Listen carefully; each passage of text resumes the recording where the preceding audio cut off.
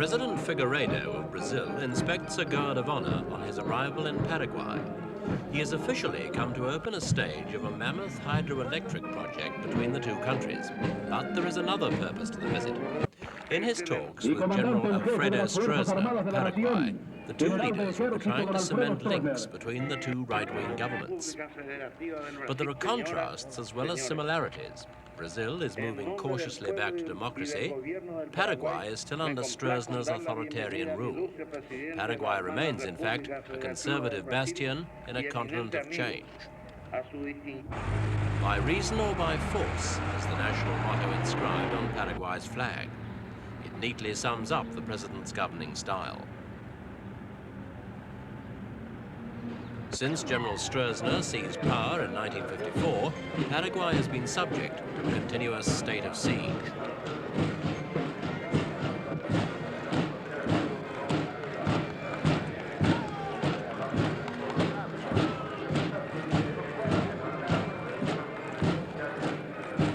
Paraguayan political life is closely controlled. Police permits are needed for all meetings. The single television station is barred to the opposition. Radio broadcasts grants official approval.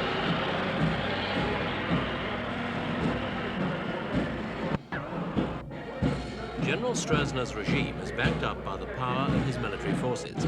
Although not equipped with the most modern weaponry, it's a well-drilled deterrent to internal dissent.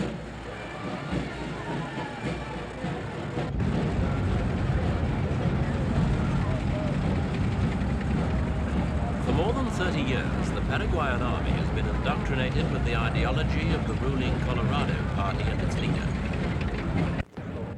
It's an ideology deeply rooted in the conservatism of the 19th century landowning class. Today, Paraguay's landowners and capitalists look to the regime to uphold their position and wealth, and they've not been let down so far. For the mass of Paraguayans, respect for their president is underlaid by a tradition which admires a strong and dominant leader. It's not the kind of setting in which democracy can put down strong roots.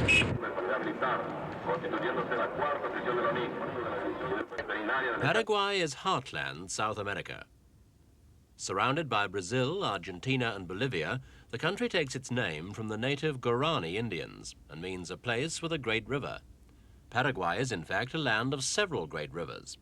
They are still the principal and most convenient means of transportation, and they're now being exploited as an important hydroelectric resource. 200 miles east of Asunción, the capital, on the outskirts of Rr, is the giant Hydroelectric dam. When fully completed in the middle of this decade, the largest hydroelectric scheme in the world, it's a $10 billion investment with loans from the national agency. Construction is by Brazilian companies working with contractors from all over the world. The project, when completed, will produce over 12 million kilowatts and make Paraguay the Kuwait of electricity export. Already, the country is receiving economic benefits from the dam. Brazil is pumping an average of $1 million a day into Paraguay.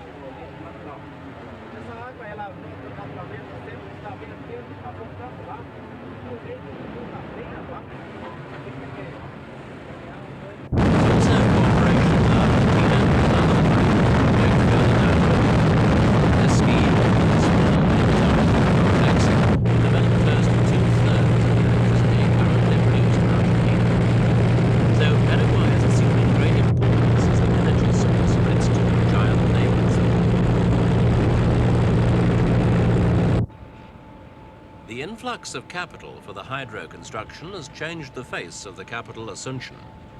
Skyscrapers are now appearing among the two-story buildings. Prominent among the new businesses are foreign banks. In the last 5 years, they have doubled their presence. It's not only development money that's being attracted. With fears about communism in their own countries, wealthy Italians and Spaniards are putting their money into Paraguay. People are being attracted too. The government has built this impressive new international airport to greet the foreign tourist. The state airline is expanding its fleet, and a direct service was recently opened to the United States.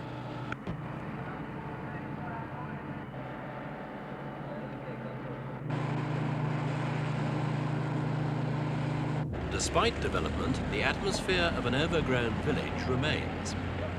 The only television channel stops broadcasting at siesta time, and in the trams, imported from Belgium, nobody has bothered to replace the signs in French and Flemish. The closer ties with Brazil and Argentina, and the influx of capital, mark a new era in relations between Paraguay and its neighbours, and may alter sleepy Paraguay. Past contact has been marked by bitterness. Just over 100 years ago, Paraguay, led by this man, Marshal Francisco Lopez, became embroiled in a war with Argentina and Brazil. Paraguay fought tenaciously, but the cost was staggering. The conflict ended in 1870 with the death of Lopez and more than half of Paraguay's people. The exchange of gifts between the Brazilian and Paraguayan presidents included relics of that war of a century ago, a symbolic burying of past differences.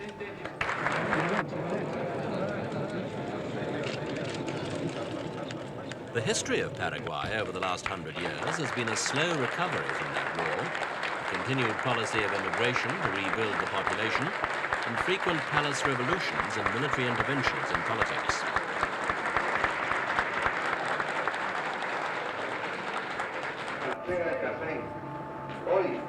When General Stroessner seized power in May 1954, he brought in undisguised one-man military-backed rule. It's been a period of stable government, economic growth and peace, and the Paraguayan people are constantly reminded of their debt to their president. Peace and order are constant themes of official propaganda.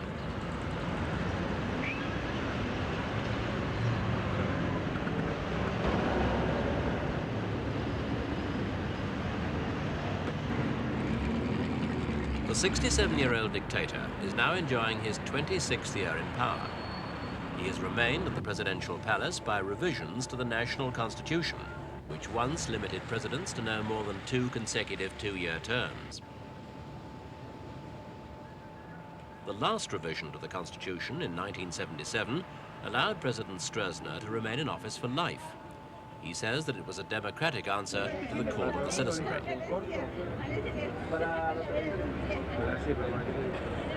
But politics touches the mass of Paraguayans very little. 3/4 of the population live in the countryside.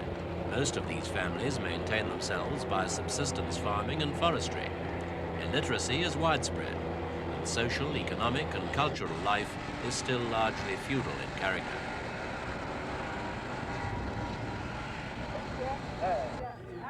On the fringe of Paraguayan society are tribal groups of Indians.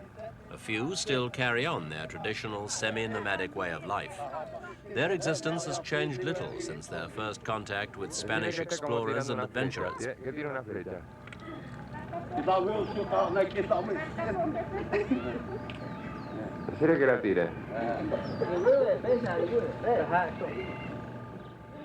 Some earn a living by putting themselves on display.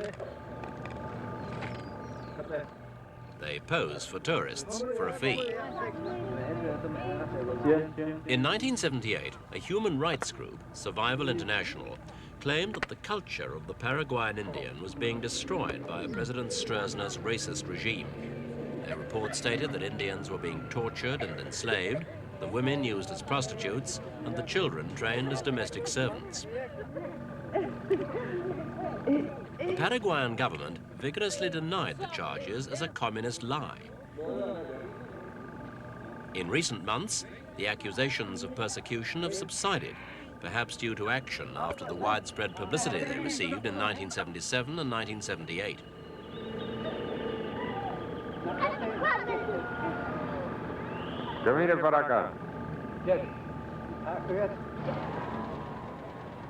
In the streets of developing Asunción, Indians can today be found hawking their crafts, and it's clear that they have not yet been assimilated into modern Paraguayan society. The dominant racial type is the mestizo, mixed Spanish and Indian blood. But other racial groups have been strongly encouraged to settle in Paraguay to help develop the nation. The loss of people in the disastrous war with Argentina and Brazil left the country depopulated. This century, settlers have arrived from Spain, Italy, and Germany. They've included religious minority groups as well as those fleeing the collapse of Nazi Germany.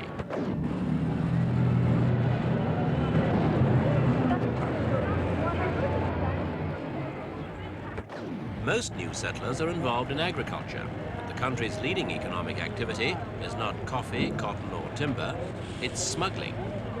The value of contraband traffic is estimated to be as much, if not more, than the legal trade. It ranges from radios to drugs, from coffee to whiskey. Paraguay imposes hardly any import duties, so goods are brought in legally in vast quantities. But 3/4 of all products imported into Paraguay are subsequently smuggled into Brazil or Argentina. Although this unrecorded trade is vital to Paraguay's economy, it has harmful effects on its neighbours. Brazil loses at least 160 million American dollars a year in lost taxes. Other goods find their way into the stores of Asunción. Prominent amongst them are electrical goods for domestic use. There has been a considerable jump recently of purchases of these items, as well as other luxury goods. This growth is attributed to Argentinian consumers attracted by Paraguay's lower prices. With high inflation rates in surrounding South American states, shopping in Paraguay has become an increasingly attractive proposition. Buying cigarettes in Paraguay is often done not by the packet, but by the box.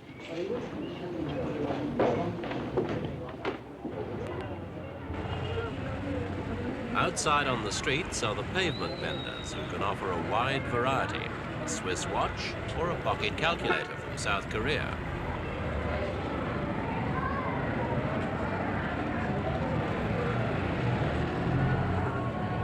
The World Bank has estimated that if smuggling grows at present rates, it could be worth $1 billion American to the Paraguayan economy by 1983.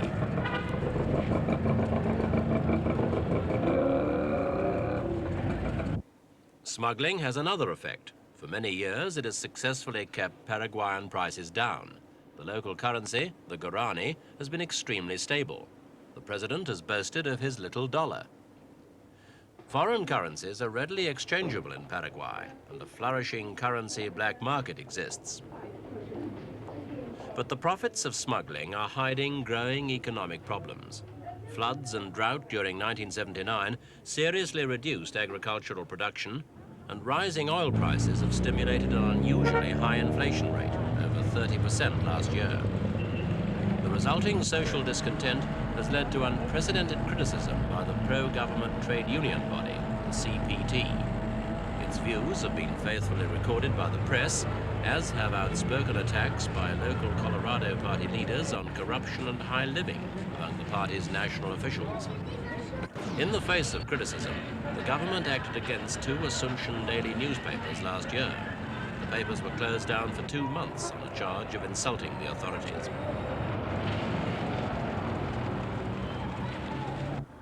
The right-wing policies of President Stroessner have made Paraguay a haven for the rich and infamous. But now there's growing international pressure to stop this. A group of 57 American congressmen have written to ask for the extradition of Nazi war criminal Josef Mengele, who has Paraguayan citizenship. Ex-President Somoza of Nicaragua has also found a home in Paraguay. It remains an isolated refuge and hideaway, but for how long?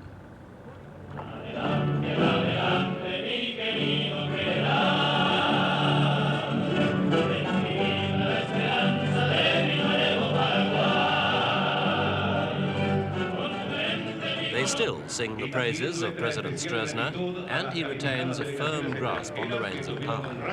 But constant purges of capable leaders at all levels have meant continuing one-man rule. Inflation and high oil prices have taken the shine off Paraguay's economic boom, and Stroessner's critics claim the removal of military strongmen in Nicaragua and El Salvador points to a new direction in Latin American politics. The president may not agree, but it's not a warning he can afford to ignore.